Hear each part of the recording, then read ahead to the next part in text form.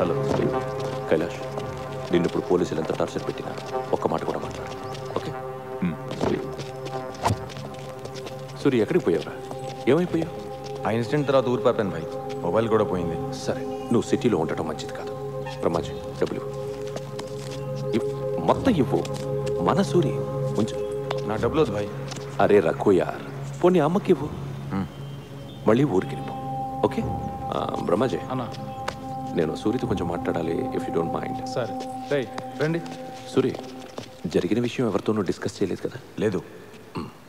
చేయకు, చాలా సీక్రెట్ అది, ఎవరితోనూ చెప్పకు. ష్యూర్. సూరి, మనందరం ఒక తప్పు చేస్తుంటాం.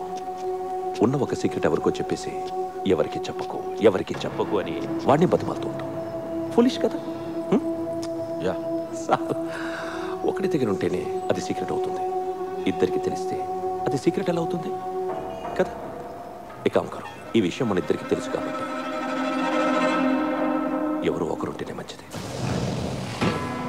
నన్ను చంపే, పర్వాలేదు, ఏమనుకో, చంపి. నువ్వు చంపకపోతే నేను నిన్ను కాల్ చేస్తాను.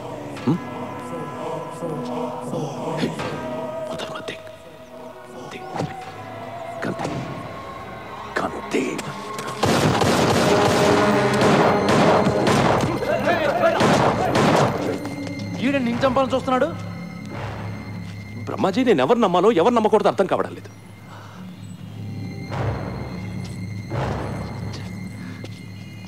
నేను వీడికి డబ్బిచ్చాను, అమ్మను చూడమన్నాను. ఎందుకు అందరూ నన్ను మోసం చేయాలని చూస్తున్నారు? ఆ డబ్బైనా వాళ్ళ అమ్మకు పంపించు.